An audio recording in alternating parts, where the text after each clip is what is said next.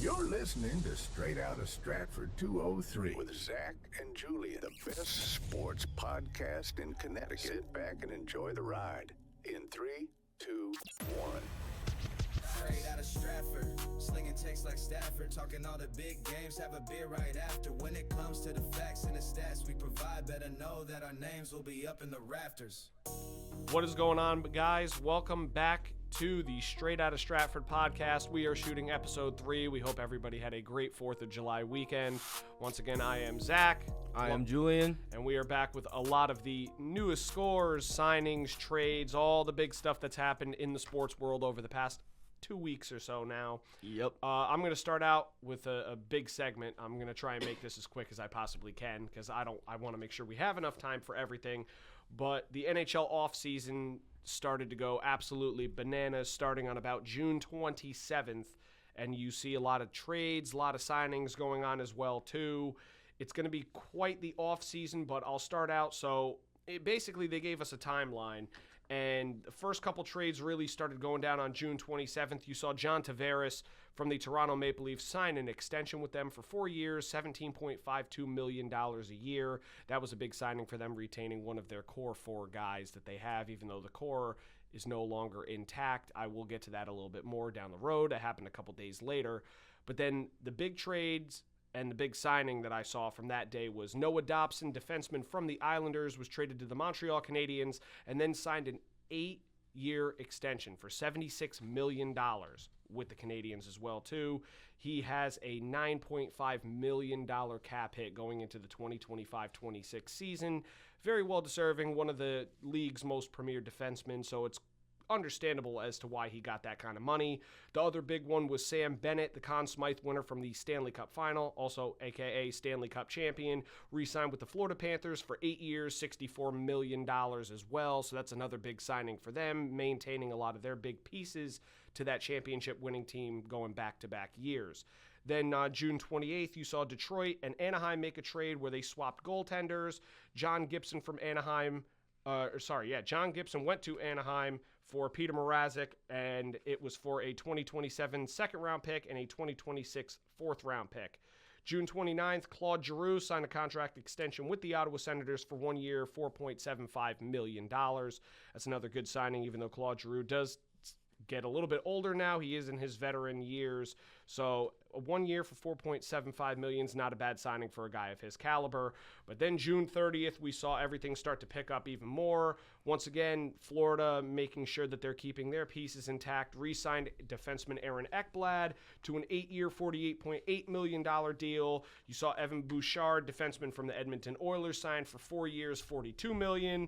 Minnesota acquired Vladimir Tarasenko from the Detroit Red Wings for future considerations. Now, the big one that I'm going to talk about real quick is the Mitch Marner situation. Like I said, I'd be touching back with the Toronto Maple Leafs core, as that core is no longer intact, and it is because the Maple Leafs acquired Matias Maccelli from the Utah Mammoth for a conditional third-round pick in 2027, and then used that to trade Mitch Marner to the Vegas Golden Knights for Nicholas Roy, and then Marner signed an 8-year, $96 million deal with the Vegas Golden Knights, which, I mean, Vegas is definitely going to be loading up, trying to get back to the Stanley Cup after winning a few years ago. Then you saw, again, the Florida Panthers. What a surprise. Brad Marchand signed a contract extension with Florida for 6 years, $31.5 million. Patrick Kane re-signed with the Detroit Red Wings for 1 year and $3 million. Then going into July 1st, again, Matthew Nye signs his contract extension with Toronto, 6 years, $46.5. Thatcher Demko signed a contract extension with Vancouver, 3 years, $25.5 million. Connor Garland also signed with them as well for 6 years, $36 million. We are going to start to get into a little bit of Rangers as well, too. So you see Logan Stankoven signing with Carolina, 8 years, $48 million. Brock Besser signed with Vancouver, 7 years, $50.75 million. Then the one that I liked a lot, which as a Rangers fan, of course, was Vladislav Gavrikov from the LA Kings signing with the Rangers for 7 years, $49 million. Nice chunk of change for a very stellar defenseman that you can finally pair with Adam Fox on that first line. I'm excited to see that.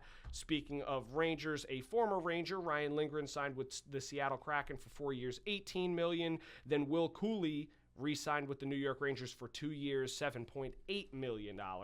And then the big one, as I will touch on lastly, is Keandre Miller, defenseman from the New York Rangers, was traded to the Carolina Hurricanes for Scott Morrow, a conditional first-round pick, and a 2026 second-round pick, and then proceeded to sign an 8-year extension for $60 million with the Hurricanes. That is insane. Yeah, that's a lot of money for a guy like that. I mean, he definitely did have his moments. I'm thankful for having him on our squad for the past couple of years and watching him play.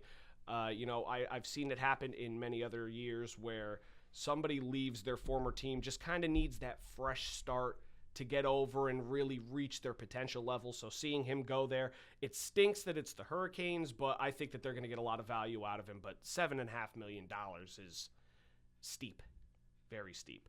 Then we will go a little bit more into some other signings. We didn't really see much. One that I kind of liked was from July 2nd.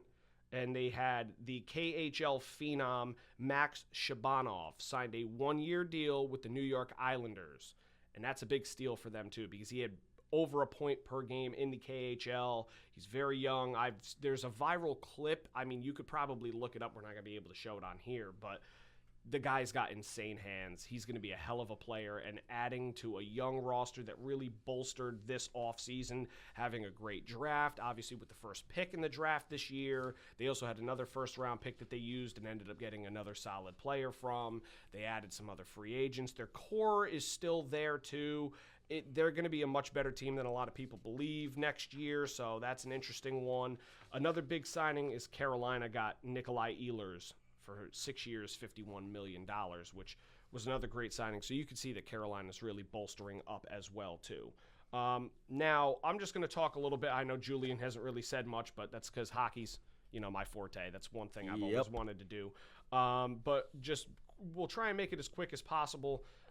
So basically what I have here is after the President's Trophy season for the New York Rangers and a horrendous turnaround in 2024 that saw them miss the playoffs, obviously, I've already discussed a few of them. The Rangers have made a lot of changes to their lineup that they have. You've probably seen it from the outside as well, too. This is going to be a completely restructured roster going into next year. Yeah. So what I have is, so far, if you look at all the players that they had from that 2023 season, Ryan Lindgren, Jacob Trouba, Chris Kreider, Philip Hedl, Capo Caco, Keandre Miller, all those guys are now gone. This is a completely different team from what you saw them trotting out in 2023 instead of, now 2025. This is going to be a very different team. Their line combinations, they're looking first line, Will Cooley, JT Miller, Mika Zibanejad. You still have Panarin, Trocheck, and Lafreniere. Then they're starting to roll with a couple of the young guns and Brett Berard, Brennan Othman, and Juuso Parssinen. And then their fourth line should remain intact as well. I talked about it about a week and a half ago with Adam Edstrom and Matt Rempe both signing contracts to stay on the team. So they're going to be your big fourth line as well. Like I said, Vladislav Gavrikov will be added with Adam Fox to the first defensive pairing. Then you have Carson Soucy, Will Borgen, Urho Vakanainen, and Braden Schneider with Scott Morrow at the back end, and then just Shesterkin and Quick. So I'm not sure what this team sees in the future. I'm to be honest with you, as a Rangers fan, it does pain me, especially seeing from, like I said, 2023 to 2025. It's a big difference. You go from being the best team in the NHL to not even making the playoffs the following year. It's a painful thing to witness. As of right now, I actually do not have them making the playoffs.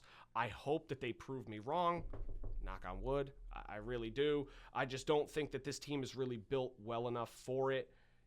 Like I said, there's a lot of teams in the Metro. There's a lot of teams in the Atlantic, in basically the whole Eastern Conference that have gotten a lot better. So seeing that the Rangers have kind of weakened themselves and moved off a lot of guys, I'm not going to be surprised if they don't make it. That being said, I do actually have the Islanders making the playoffs this year. As much as that pains me, it really stings. Being a Rangers fan, that's the one thing I've always enjoyed, is watching the Rangers beat the Islanders. That's one of the biggest rivalries. Them, the Devils, the Bruins. Obviously, you like beating anybody you can. But for me, there's that special love of beating the New York Islanders, and I'm not really sure if they're going to be doing that going forward. That being said, enough with the hockey talk, because we do have a sport that is currently going on right now, and that is baseball. We have about a week before The All-Star Game, which will be on July 15th at Truist Park in Atlanta, the home of the Atlanta Braves. I have all of the starters and lineups for you. Do you want to go over some of those, Julian? Since I think I've talked enough for now. All right, so for the National League, we have starters. So we have the starting catcher, Will Smith. First baseman is Freddie Freeman. Second baseman is Ketel Marte. We have Manny Machado at third. Francisco Lindor at shortstop. In the outfield, we have Ronald Acuna Jr., Pete Crow Armstrong, Kyle Tucker. At DH, we have Ohtani, and starting pitcher is Paul Skeens. That's a star-studded lineup. It really is. I mean, from top to bottom, it's just crazy. A lot of Dodgers on that list. Yeah, there's 3 Dodgers on this list. Which, to be honest, I think they could have had a couple more as well too. But you also do want to spread the love a little bit, spread the wealth, spread the wealth. So then they also had a lot of reserves too. I think did they actually have some reserves on here too? No, it looks like all of them were actually most of them were starters, surprisingly. But yeah, no, that's going to be a shocker. I know Pete Alonso was in the NL reserves. Hunter Goodman, the catcher from Colorado Rockies, had a big year this year. He's definitely deserving of having a little All-Star. I think. James Woods should have been more than a reserve. Well, no, he's on the list. Yeah, but he should have been more than a reserve. What I'm saying. Well, it's tough just because, like if you look at the emergence of Pete Crow Armstrong from where he was to where he is now, I mean, the guy's had an incredible season. Obviously, the King, Kyle Tucker, as they call him, King Tuck, definitely has had a good enough year to be there. And then the only one I could technically see them saying, oh, well, James Wood deserves to be there because he's played the whole year, is Ronald Acuna. But again, he's been insane since he's came back from yes, he has. He has no doubt. Injuries. Yeah, he has been, for sure. I see one name on here that on the pitching side that we should talk about real quick. Clayton Kershaw. I don't know if it was last week or maybe 2 weeks ago. Earlier this week, reached 3,000 strikeouts on his career, which is a milestone not many pitchers get to. I was about to say there's very, very few. I believe, I could be wrong, but I believe the last pitcher to do this was CC Sabathia. That actually maybe, you know what? I'm curious to see if that's a thing. I am very curious. I'm not, because I remember as a Yankee fan, he did it a few years ago against the Angels. But I don't know if he was the last pitcher to do it. The last pitcher to do it. You are correct. The last pitcher to do it is CC Sabathia, and he has 3,093 career strikeouts. The list actually only has 20 people. Clayton Kershaw was the 20th to do it. That is very impressive. That's extremely impressive. And very, very impressive. Look at the names on the list. And you put yourself with some Nolan Ryan, Randy Johnson, Roger Clemens, Steve Carlton, Burt Blevin. Well, that name is very hard to pronounce. Blevin, Tom Seaver, Don Sutton, Gaylord Perry, Walter Johnson, Justin Verlander, Max Scherzer, Greg Maddux, Phil Niekro, Fergie Jenkins, Pedro Martinez, Bob Gibson, Kurt Schilling, John Smoltz, CC Sabathia, and now Clayton Kershaw. That's an impressive list. All Hall of Famers. Oh, yeah. And, well, I think it's fair to say we kind of knew that Clayton Kershaw was going to be a Hall of Famer over the past couple of years. Yeah. He was trending in that direction. There's not the only thing that I was going to say was that we knew he was going to be a Hall of Famer, but there was no guarantee for him to reach 3,000 because if you look at the last few years that he's played, injuries. Yeah, no. Well, I think he even started this year, if I'm not mistaken. He was injured for a little bit, and he started out as a rehab assignment guy. He did. So the fact that he was able to make it back and make it to 3,000 strikeouts, again, congratulations to Clayton Kershaw. What a hell of a list you are being added to, and a for sure Hall of Famer, in my opinion, as well as it should be in your opinion. I believe a lot of people agree. I do agree. So that's quite the feat as well too for him. Now switching to the AL American League, starting catcher we have Cal Raleigh, first baseman Vladimir Guerrero Jr., second baseman Gleyber Torres, which pains me as a Yankee fan because last year Gleyber Torres was not that great offensively at the plate, just was not there. What a shocker! And this year he signs a 1-year deal with Detroit. And he plays like an all-star. I think it's the beard. Maybe it's the beard. It is I think it might be the beard. He felt more comfortable. know? A lot of guys do that for some odd reason. I It's don't know. yeah, It's it's so weird. strange. At third base, we have Junior Caminero. Shortstop is Jacob Wilson, who is having an incredible season for a rookie. I like him a lot. So do I. Outfield, player. we have Aaron Judge. Shocker. No, not shocker. That at all. was sarcastic. Yeah, no, of I know. course, shocker. And then we have Riley Green, and then this next name is a shocker. Big name. I mean, he hasn't really done anything since he signed his contract until this year. We have Javi Baez in the outfield. Yeah, well, I'm surprised that it's the outfield. I mean, like, we both saw it. Well, he was on the Mets at one point, too. I remember the Mets actually traded away Pete Crow Armstrong for Javi Baez. Thank you, Mets front office. Yes. So seeing that happen, and then Javier Baez not really panning out, and then decides, oh, let me, go to Detroit after a great career in Chicago. I mean, he was a very good Chicago Cub. Then goes to Detroit. They say, hey, listen, we're going to have to move you around here based off positions. We got a lot of young guys that want to fill the lineup. And they move him to the outfield, and he's an all-star. What matrix are we living in here? I don't know. But you want to know what my favorite Javi Baez moment is? Which one? You know the play against the Pirates? Oh, when he runs to first base and then he runs back to the backwards? plate, Yeah. calls the runner safe, and then he goes back to first. Ball gets overthrown. He goes, that's that. Like, this isn't a Javi Baez rant or a rant about the Pirates, but like, I'm sorry, I don't know who the first baseman was, but just step on the bag. To be honest with you, I wouldn't even be surprised if that first baseman is not even in the MLB anymore. No, but all you had to do was step on the bag.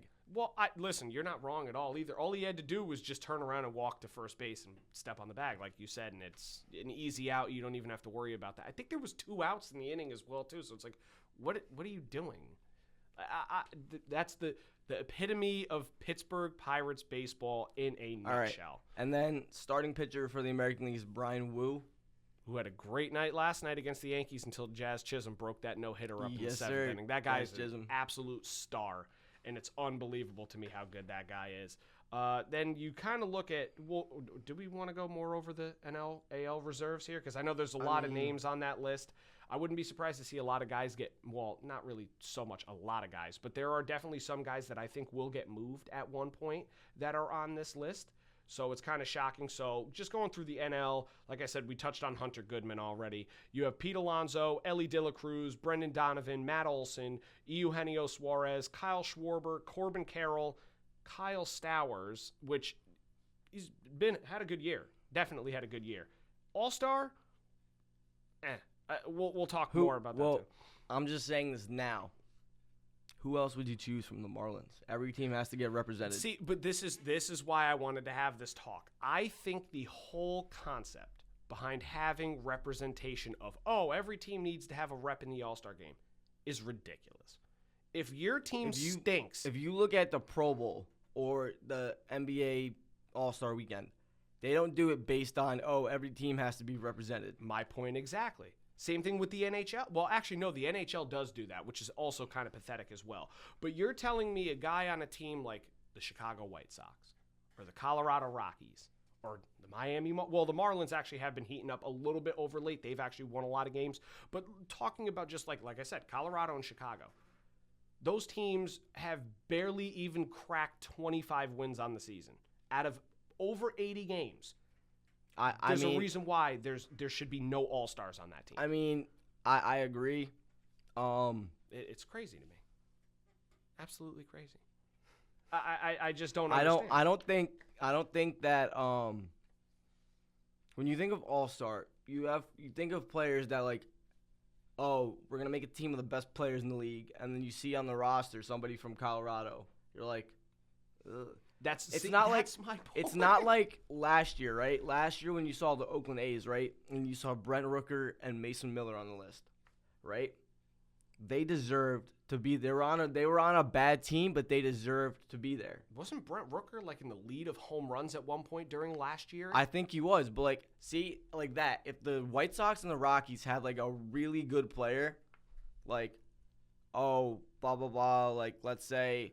Even if Charlie Blackmon played one more year and they just brought him to the All-Star game, so give him like a goodbye like they did for Miguel Cabrera and Albert Pujols. Like, I wouldn't have cared. I wouldn't have cared at all. I would have been like, okay, that's perfectly fine, but it's not Charlie Blackmon. Yeah,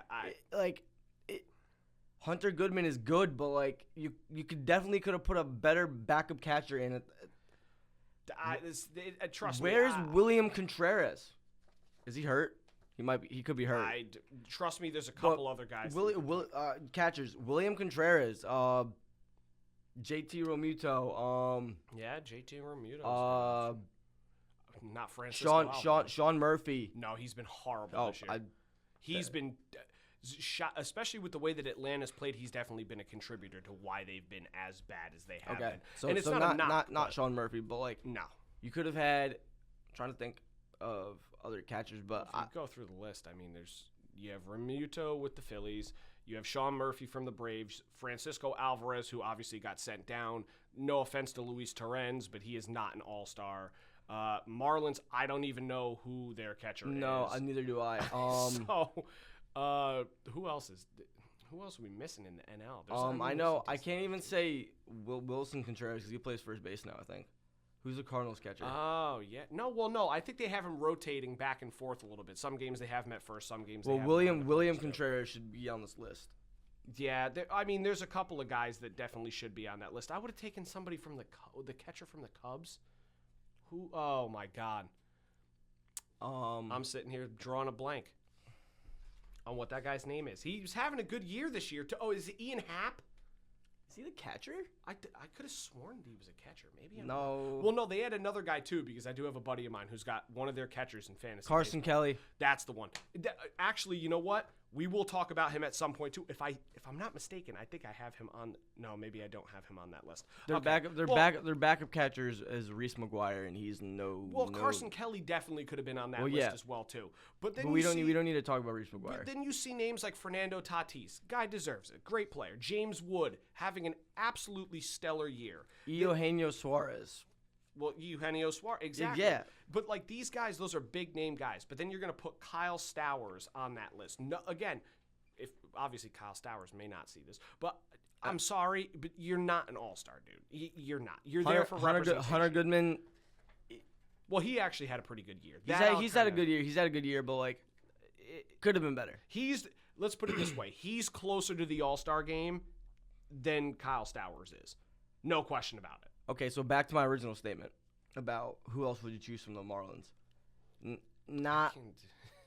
I can't even tell you anybody on that team. Alcantara. Who's got Alcantara, like a 7.0 ERA. No. No. I don't really know who else you would choose. Nobody. Maybe their coach? I don't know. So, but let's kind of get back into this a little bit, too. I know we're having a lot of fun here. Then you saw, actually, there were a lot of replacements this year for pitchers in the NL. So, Andrew Abbott actually took the spot of Yoshinobu Yamamoto, who was supposed to be on that list. I believe he's out with injury. Then you have Robert Suarez from the Padres, who's taking the spot of Chris Sale, who's also out with an injury. And then the one that they announced yesterday, which I was very, very surprised by, was David Peterson from the New York Mets was named an all-star replacement for Robbie Ray from the San Francisco Giants. And after the way he pitched yesterday, the way he's pitched on the year, except for one outing against the Phillies, David Peterson's been one of the Mets' best pitchers this year. He's definitely made me eat crow. If you look at my Twitter page from God knows how long ago, the past couple years, it's basically a David Peterson hate account from like 2021 to about 2024, or maybe 2023 was just David Peterson hate. Now we're gonna switch over to the American League right now, talking about the pitchers. Yeah. We kind of have a pitcher turning back the clock, if you think about it. You know, former Met career got derailed by injuries. Oh, stop. He's not starting, but he's having an incredible year. Pitching reserves, we have Jacob deGrom, who, when is healthy, is one of the best pitchers in the league. I know for me, I'm not looking forward to that because in MLB The Show, he's going to get a disgusting card, and it's going to be impossible to hit. Please come back to the Mets, Jacob. I beg of you, dear Lord. No. But along with that, we have Chris Bubich from the Royals, Crochet from the Red Sox, who's also having an amazing season. Max Fried from the Yankees, who I knew he was going to be good, but, like, I didn't know he was going to be, like, filthy. Yeah, no. Well, trust me, as from a Mets fan's experience, having facing him so many times in the past, I knew he was going to be very good for the Yankees. Now, he's definitely stepped it up a notch from where he was, but still. Because I knew he was good, but, like, gross. When I saw that Cole was down, I didn't expect him to be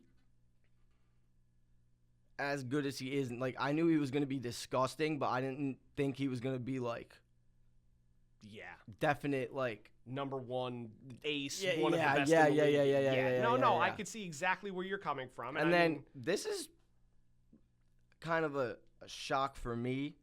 You say Kikuchi from the Angels? That's what That's another case of you got to choose somebody from every team. Well, they also have Shane Smith on here, too, even though he has had a decent year for Chicago as well, You know, too. what they could have done is there let me see.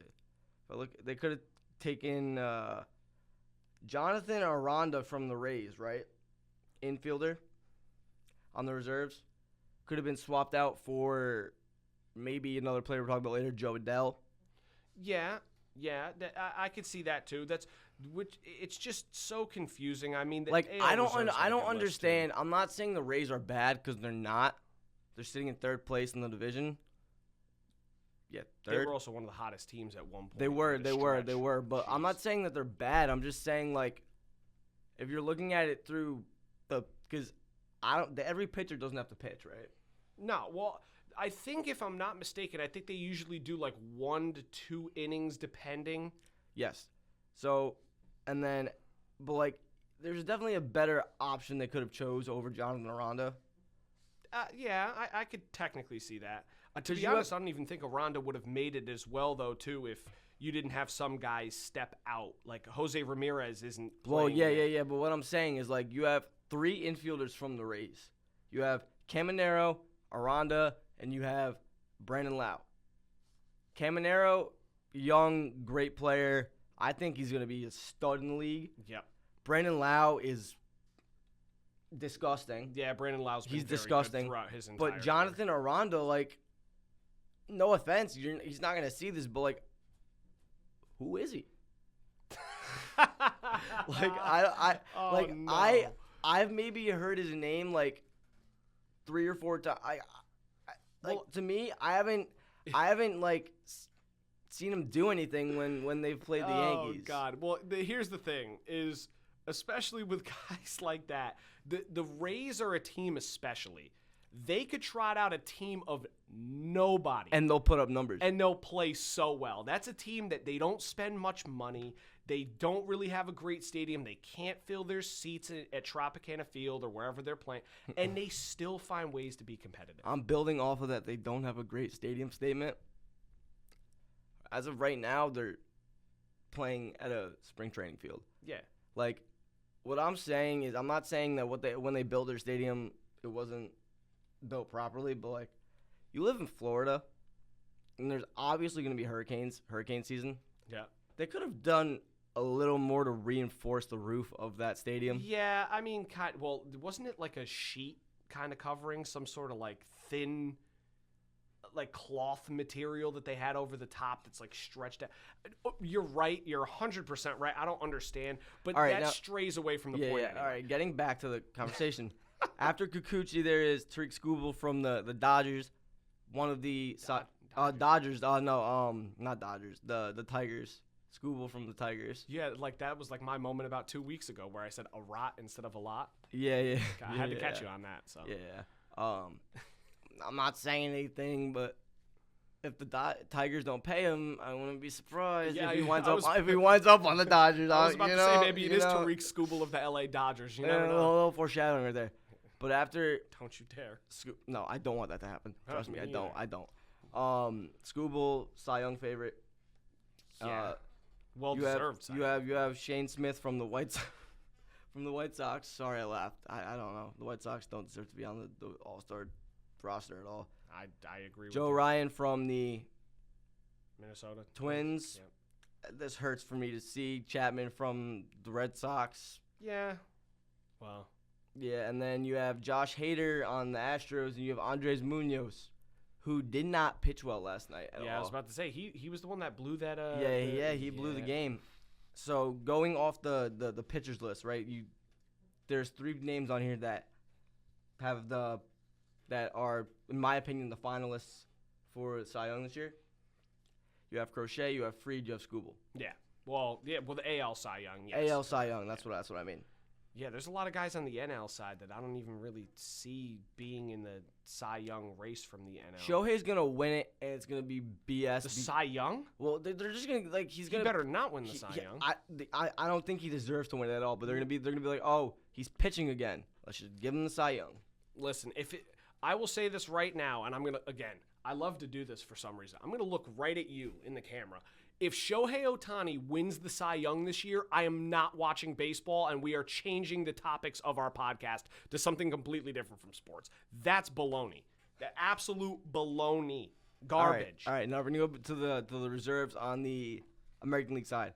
Starting catcher, reserve catcher. You have Alejandro Kirk, Deserved Toronto it. Blue Jays. Very good this year. Jonathan Aranda from the Rays. You already know my opinion on that guy. Who is that? Yeah. You have Jazz Chisholm from the Yankees. Yeah. He's been, as of late, he's been playing pretty well. And he's also playing with like a shoulder injury or soreness or something like that. Yeah, news to for me. For like 3 weeks. That's why he wasn't penciled in against the Mets the last game they played. He didn't play the last game due to his shoulder. I was about to say he was because it was Peraza who played. Oh. Peraza played third. And I watched that game too. I didn't. Peraza played third. Chisholm didn't play because something was bothering him in his shoulder. He said it's been happening for like 3 weeks, but over the last 3 weeks he's been like incredible. Yeah, no, he has been very good. I know he started out really slow. But since he came off the injured list, he's been picking it up, and it's exactly the kind of bat that they need. I could have saw that coming, though, too. The guy was a good player for the Marlins, which he would have been the all-star for the Marlins if he was on the Marlins, and that would have said, okay, we can go with that. But, no, he was good on the Marlins. He's a utility player. You could put him pretty much anywhere in the field, whether it be third, short, second, well, he's playing outfield. He's being penciled in at second. Well, he should be. He's a second baseman, which we're going to talk about that at some point, too. But there's a lot of good players on that list as well. After Chisholm, you have Brandon Lau from the Rays. You have Bobby Witt from the Royals, which this hurts because Bobby Witt deserves to start. But you look at Jacob Wilson, who's a rookie, and he's putting up the numbers that he's putting up. He's got better numbers. You just have to start him. Even though Bobby Witt's probably one of the best shortstops in the game at the moment. I'd say as of right now, he is, in my opinion, the best shortstop in the AL. But that being said, Jacob Wilson's numbers are better. I think Jacob Wilson's going to have a very good career. I wouldn't be surprised if he could be the number 1 or 2. But I just don't know. Bobby Witt is literally the whole Royals. He's up there for one of the best in the AL. There's a player I'm thinking of who he was hurt to start the year, but he might be hurt. I don't know if he's hurt again. He plays for Texas. Corey Seager. Oh shoot, yeah, wow. Corey Seager's also pretty good. Wake me up. Don't want people to forget about that, but Corey Seager is also really, really good. I'm surprised he didn't even get looked at. Well, I mean, I don't think he's really having a great year this year anyway compared to prior years. He's probably struggling. He started off the year on the IL. Well, there's a lot of guys. Well, Marcus Semien was the same way, too. I remember when he first started, he had his big, 40-something, 50-something home run year? Yeah, with Toronto, and then, I don't know. Invisible. All I'm saying is that as a Yankee fan, I wanted both of them to get signed by the Yankees before the lockout happened, but neither of them did. Because we were looking for a shortstop, and now we're stuck with Volpe. And don't even get me started. Well, that's when you were just saying, "Oh, I have a shortstop in the AL," and I was about to say, "You better not say." No. I would definitely take Seager or not Semien, but Seager over Volpe. Didn't you be drunk? We have Isaac Paredes from the Astros, Zach McKinstry from the Tigers, Byron Buxton from the Twins. Which, hold on, I put a question mark next to his name. Supposedly he got hurt yesterday, and they removed him from the 4-2 win. I don't remember who they played, but he got hurt, and they said that it was something to do with his hand or his wrist. I'm not sure if that causes him to drop out and if they replace him or not. They usually, especially like that, he's one of their better players on Minnesota. I'd be very surprised if they say, hey, we want you to compete in both the home run derby and the All-Star game. They might have to pull him from both. That's what I'm saying. I would not be surprised if he ends up getting replaced by the time that this episode comes out. You have Steven Kwan from Cleveland, Julio Rodriguez from the Mariners, which I will talk about that in a second. Give me a second.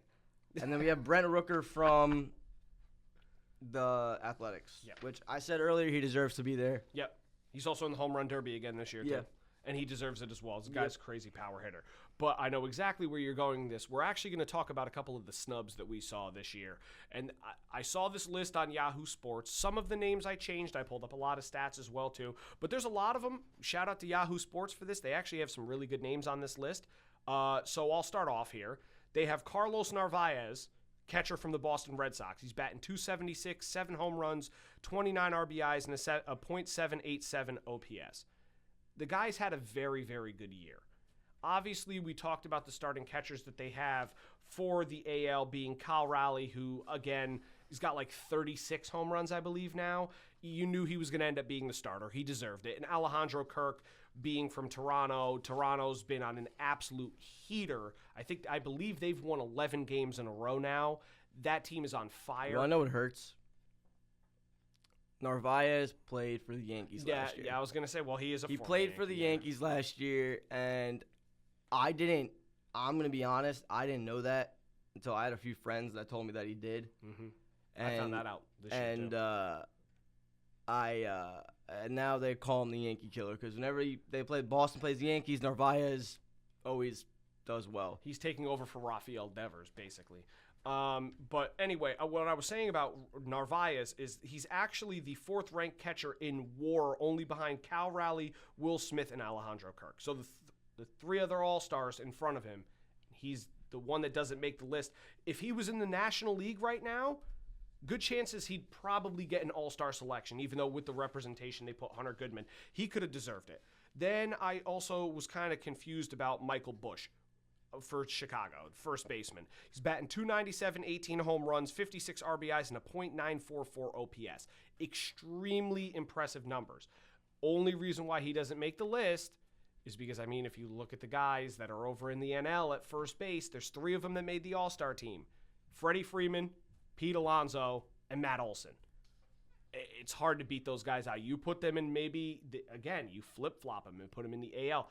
That is numbers to easily put you in the All-Star game. And it just so happens that he's in the division where he's stuck behind 3 of questionably the best first basemen in baseball. Yeah. It's nuts. So all right, it sucks there. After Michael Busch, we have Jeff McNeil from the Mets. He's batting .254 with 9 home runs, 29 RBIs, and .814 OPS on the season. Yeah. McNeil missed the first month of the season, but since his return, his home run total of last season 12, in only 185 bats, 57 games, he's almost he's back to basically what he did all of last year, and he missed a good portion of the year. So technically he could be there. That name, even as a Mets fan, I like Jeff McNeil. I was up and down with him a little bit. The Flying Squirrel, correct. I was up and down with him a little bit. I definitely have seen him performing very well over these past couple of weeks. He's been a key part to kind of trying to turn the Mets back around, so I could see why they would have him on this list. It's just very tough. I don't know if 254 is good enough to get there, but he's also a utility guy. He could play everywhere, center field, infield. He does a lot, so he's kind of deserving. Now, this name is kind of shocking to me because when you think of him, you think of All-Star, or you think of All-Star. Trey Turner from the Phillies. Yeah, that was the I'd say the second biggest shocker for me. You think of Phillies, you think of Bryce Harper, who I'm going to say it right now, he's not going to All-Star this year due to injury. He was injured, he came back, and he got injured again immediately. Yeah, well, it's like Jesse Winker yesterday too. Yeah, but Trey Turner, great player, great fielder. He has the best slide in the league. Well, it's not even just you know that he leads the National League in hits right now as well, too? Yeah. Guy leads in hits. He's batting .298 with 11 home runs, 39 RBIs, a .793 OPS, and 23 stolen bases. 23 stolen bases, and he didn't make the All-Star game. He didn't make the All-Star game. Now, granted, the guys in front of him being Lindor and Ellie De La Cruz, it's hard not to give those guys their flowers there, but you couldn't have just made room for again. You got guys like Hunter Goodman on this list. No. You got the dude from the Marlins. Well, he's an outfielder, but what I'm saying is you have infield like Brendan Donovan. Brendan Donovan's having a good year. Are you telling me that he's better than Trey Turner is? I don't care about, we need representation. If you want representation, I got 2 words for you. Earn it. Earn it. It's that simple. It's disgusting to me he didn't make it. And I'm actually going to take over for this one because I talked about him 2 weeks ago. I don't want to. Of course you don't want to hear it. You know what? You know what? I'm not a petty Yankee fan. A snub from the All-Star game. I was kind of shocked that he didn't make it. Juan Soto. How does he not make the All-Star game? He's batting. Obviously, he didn't start off the way you expected him to. Of course, but like it's a new stadium, new beginning, you gotta get a feel for the crowd, the stadium, the Of course, but if you look at his stats right now, it's Juan Soto. It's that simple. It's not even just that. It's the $765 million man. That's right. But the thing is, obviously, people were saying, "Oh, well, he's off to a slow start." Right? And I think he was almost batting like really low 200s. I think it almost got down to like 210.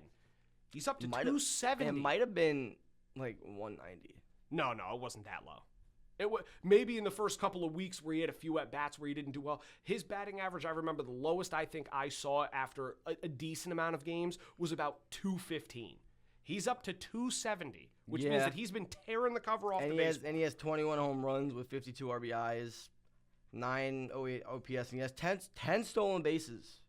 Well, actually, it's more than that because I didn't update it yesterday. It's 11 stolen bases. He stole a base yesterday in the second game against the Orioles. But still, I think it's because everybody had their expectations here, and Juan Soto came out around here, and now he's finally starting to heat up and get to where the expectations were for him. But granted, again, I've said it multiple times, and I apologize. There's no world in which Juan Soto should not make the All-Star team over Kyle Stowers. I'm sorry. It's ridiculous. It's absolutely ridiculous. So going back to what I said earlier about Julio Rodriguez, I would speak on him later. So we have one player that is on Yahoo's list and one player that isn't. You guys may say it's biased, but I think it's just absurd that he isn't even on Yahoo's list. The player on Yahoo's list is George Springer. I'm not a big fan of George Springer because he was on the Astros, and the whole Astros scandal, whatever. But on the Blue Jays, he's batting .281 with 16 home runs, 53 RBIs, 886 OPS. After looking like he was on a decline last year. Yeah, no, he definitely came out. He's playing better this year than he did last year by far. Oh, without a doubt. And Julio Rodriguez isn't even playing that well. I think he's only batting like 245. No, he's batting 260. No. That's not him. He's batting 244 for the year. With 11 home runs, 93 hits. He crossed the plate 55 times and only has 44 RBIs. Okay, but his OPS is 687. Yep, and his own teammate Randy Arozarena has a higher batting average, has more home runs, couple less RBIs, and a better OPS, and didn't make the team over Julio Rodriguez.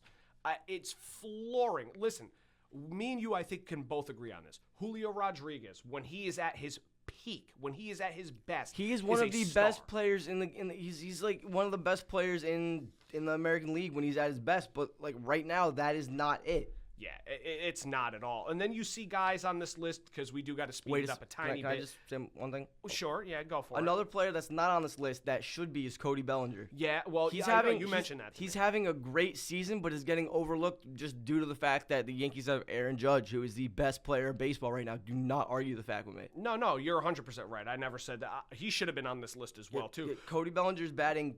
He has 328 at-bats, which is less at-bats than Julio. Julio has 381, and Cody Bellinger's batting 280, 9 stolen bases, 92 hits, 13 home runs, 48 RBIs. He's crossed the plate 50 times, which is a little less than Julio, but he has an 806 OPS. I mean, if you look at that and you tell me he's not an all-star, you are insane. Well, you could also, like I said, this is where I was actually going before you said that I 100% agree, is even Joe Adell. 19 home runs, 52 RBIs. He's batting .247. He's been a much better product than what the Angels saw from him the past couple years. Then you kind of only thing I might say about Joe Adell is the batting average being low. That could be a factor, but you know what? It's still higher than Julio Rodriguez's That's average true. is. That's true. So that you could have given him one. Jason Dominguez is a better batting average than Julio. But that says something. That says something. Then you have other guys that were left off the list like Seiya Suzuki and Andy Pajes, even Mookie Betts. Those are a couple other names. We won't really go into crazy detail on them. But those guys are all kind of snubbed from the list. I still think that the two biggest mistakes were easily Juan Soto and Trey Turner not making the list. It's crazy to me. I genuinely believe that they need to go to letting the players pick who they think should be in the All-Star game. I get the fans have a lot to say because it's the product for the fans. They want to see what they want to see. But the players get to witness every single day who the top players are. I'm pretty sure the fans would be happy with a product where you're putting the league's premier talent on the field, regardless of representation of, oh, well, Chicago wants to be. No. This is what they got to do. What they have to do, right, is they can let the fans pick. I have no problem letting the fans pick. But what they have to do is they have to have a list for every position of the top 5 or 6 players from each league. And if your team isn't on there, I don't care. It's too bad. I actually like that idea. It's too bad. That's what they do with the Pro Bowl. They let the people vote. But if your players aren't doing that well, they just don't put them on the list. To be honest, that is actually an even better idea than what I had first came up with.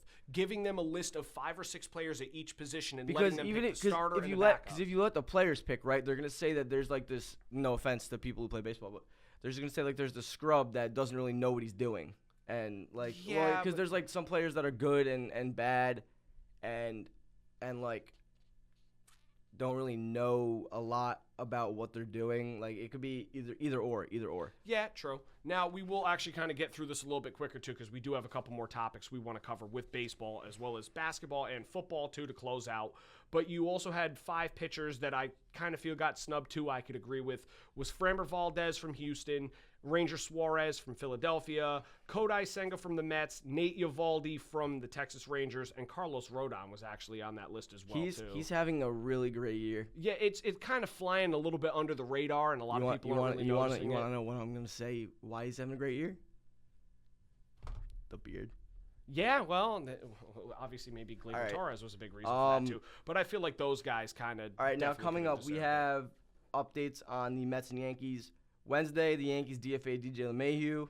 He was on his 7th season with the Yankees since 2019.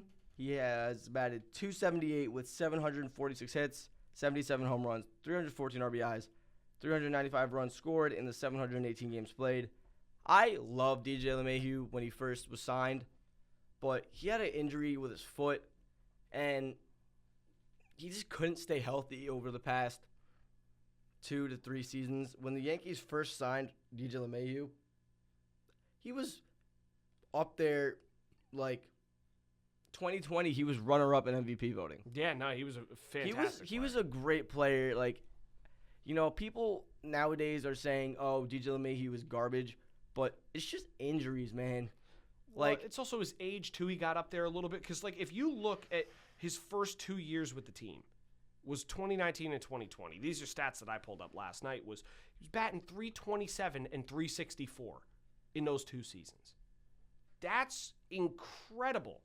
And a lot of fans, I feel like, take that for granted. I mean, a lot of them may not have even come to witness it or may not even pay attention enough to know. But DJ LeMahieu for the Yankees produced, especially when he was younger. Obviously, the injuries kind of killed him. I mean, if you look at the end sentence that I had there is, he only played 67 games last year and 45 this year.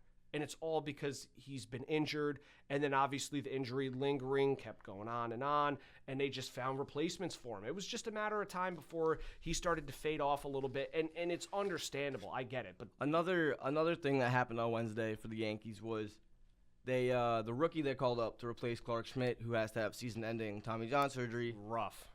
exactly. Rough is the perfect word to put there. Cam Schlitter, he actually played very well against the Mariners. He was throwing up in the high 90s. I think the highest he got was either 98 or 99. Actually, I think he hit a 100.1. Because I saw a stat online. Obviously, this could be fabricated. I don't know. But they said that the hardest 10 pitches thrown by a Yankee this year were from Cam Schlitter. They were all from him. Cam Schlitter, he went 5 and a third with 3 earned runs and 7 strikeouts, and he walked out of there with a win. I would say that's a pretty solid start for your MLB career. That's definitely a solid start. That's you can, especially for a start like that.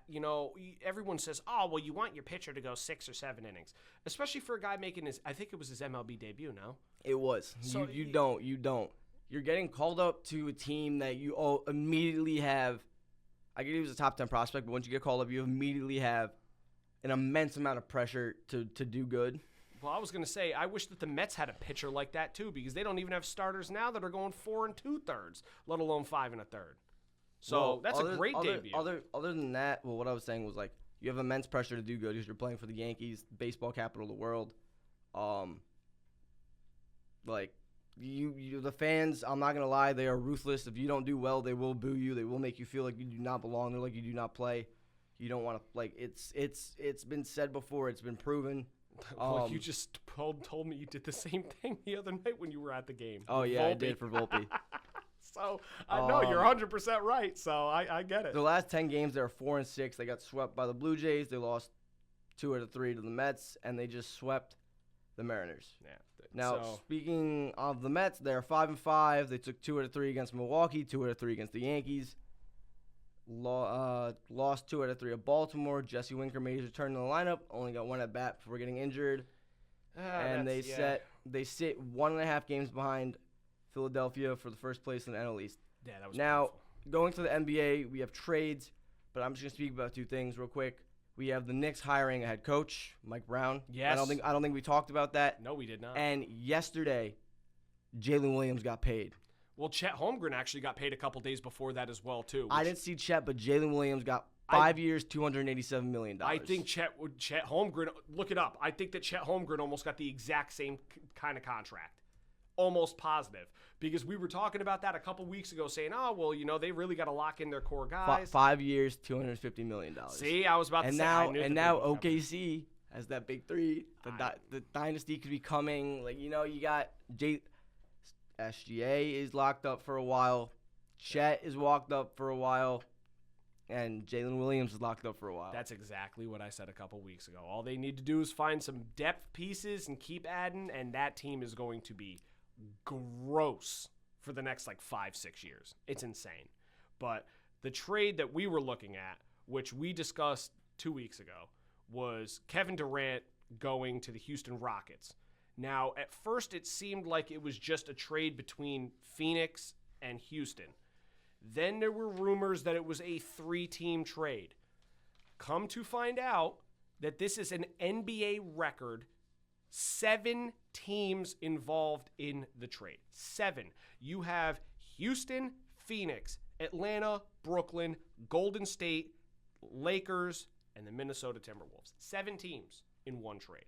Now, a lot of the guys on this list, I'm not even going to lie, basketball's not even my strongest suit. I don't know who a majority of the guys other than Clint Capella, Jalen Green, Dylan Brooks, and KD are. The rest of them, I have no idea who these guys are. I don't know if they're just G League prospects. I don't know if they're, draft picks from this year. I have no idea. All I know is this is an absolutely insane trade with 7 teams involved. I've never seen that before. And then going off of that trade, we had just mentioned Kelly Olynyk's name a couple weeks ago, saying, Kelly Olynyk is getting traded to, I believe it was the Washington Wizards from the Pelicans, or it was the other way around. He was on the Wizards and went to the Pelicans. But it was in that Jordan Poole trade. Now, the Wizards are trading him to San Antonio, and they ended up getting Malachi Branham, Blake Wesley, and a 2026 second-round pick. But the thing that I'm shocked at, San Antonio is actually looking pretty solid for next season. You have Wembanyama. I believe they still have Chris Paul. You have Stephon Castle. I'm pretty sure that. Do they still have De'Aaron Fox as well too? I don't know. I don't know if he's still on that team, but regardless, I think they do. I think they do too. That team is loaded and would be not a surprise to make a deep run next year as well too. But the last thing that we're really going to close out with, and I'm actually kind of upset that I didn't remember to do this because I'm wearing a Ram shirt. You can probably see it. It says "Just Ram It." Thank you, Zach and Hannah. They'll get the shout out for this one. As a Rams fan, there's a guy that I was hoping was going to make his return to the Rams this year. I was going to actually wear my Jalen Ramsey jersey.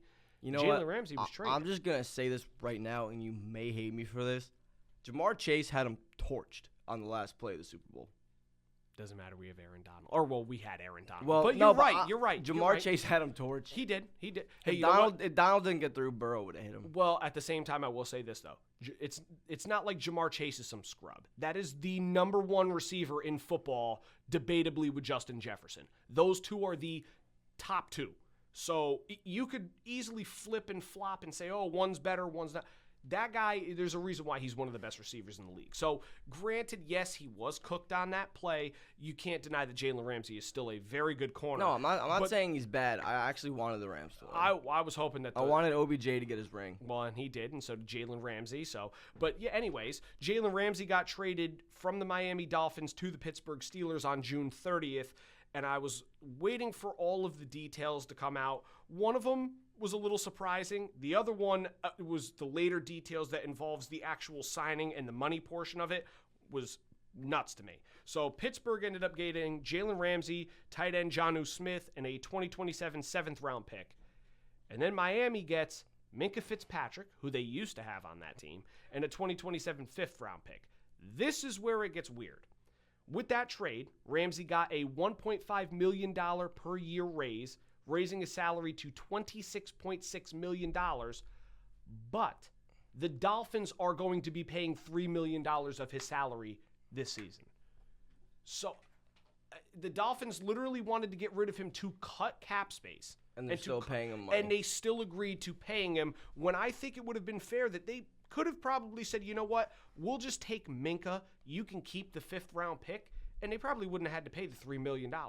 And then, you want to know what the Dolphins said after that? We're going to go around the league, and we're going to go shop for a tight end. And who they end up with, I mean, there's upside, but like... I'm going to say something, too. Sorry, I have to. You know what the problem is? When they first got Jalen Ramsey from the Rams, do you know what they gave up? No. A tight end. Hunter Long was a tight... So they gave away a tight end, then traded away another tight end and said, we need a tight end. Just to get Darren Waller. Yeah, that was a big signing, too. They traded a 2027 conditional 7th-round pick to the Giants for Darren Waller, who retired in 2024. Played one season with the Giants. He's a great rapper now, though, so they're going to be lit. Whoa. They're going to be lit in Miami. Well, oh, my. No. Darren Waller was acquired from the Raiders with the pick the Giants got from the Chiefs when they sent over Kadarius Toney, who was don't even say that name. Garbage. So they turned Kadarius Toney into, I believe they got 2 picks from the Chiefs, or maybe just one. They turned that pick into Darren Waller, who played 1 season with the Giants and then retired. Then came out of retirement to go play for Miami, which makes absolutely no sense. Well, I'm just so confused by the whole thing because they got rid of a tight end to get Ramsey. Then they get rid of Ramsey and also get rid of another tight end. And now they go and trade for a tight end that hasn't played football in the last year. And he retired. And people are even questioning if he's going to even be able to stay on the field because what's the one thing that killed him before? Was the injuries. Well, it was probably that too, but it was the injuries. This man could not stay healthy, and it's sad because when he was healthy, he was a phenomenal tight end. Very good. But the problem was it was that big if he could stay healthy, which he very rarely could. Just quickly going back to the Steelers, I know I'm gonna have some people that aren't happy with what I am about to say. I think their defense got worse. Yeah, I mean, not their defense in general. I just mean like Their secondary. Like, Jalen Ramsey's 30 years old. Well, Minka's not young either, though. Minka's 28. So a 2-year difference. Yeah, but I'm gonna say this right now. They're cornerbacks. They have Joey Porter Jr., right? Good player. Yeah. Darius Slay, a little bit older. Jalen Ramsey. Yeah, it's just. Who are their safeties? I don't know. I can't tell you either. I mean, you trade away your best safety on the team for a player who's 30 and who really didn't have the best year in Miami. You know what, though? Now, I may be out of pocket for saying this. I could be wrong. I also saw a lot of people saying that, obviously, as a Rams fan, I witnessed this. Jalen Ramsey can play more of the star position. I wouldn't be surprised if they try to move him to safety. Because it's not like he can't do it. He can. He's a good enough defensive player, and he could play all over the field. They had him, pass rushing at points when he was with the Rams. They had him playing that little slot corner spot. They had him playing on the outside against some of the better receivers. I wouldn't be surprised if maybe they say to Ramsey, "Hey, you're going to be our safety." But when Ramsey was with the Rams, he was in his prime. That was like mid to end of his prime right there. Yes, absolutely. I can agree with that. Ramsey 100%. Right now is nowhere. Like, I'm not going to say he's nowhere near the player that he was to the Rams because he obviously is still very talented. Oh yeah. But he's not in his prime anymore. No, he's not Jacksonville or L.A.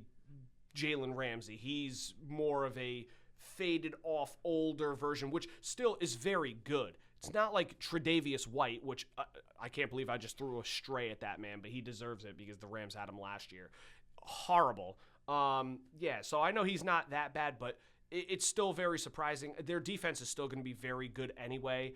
It's a little shocking to see that, but I was just very surprised by the whole Minkah Fitzpatrick involvement in that trade as well. So I'm going to close this one out. Thank you guys so much for tuning in for episode 3. Once again, I am Zach. I am Julian. And we will catch you guys next week for episode 4.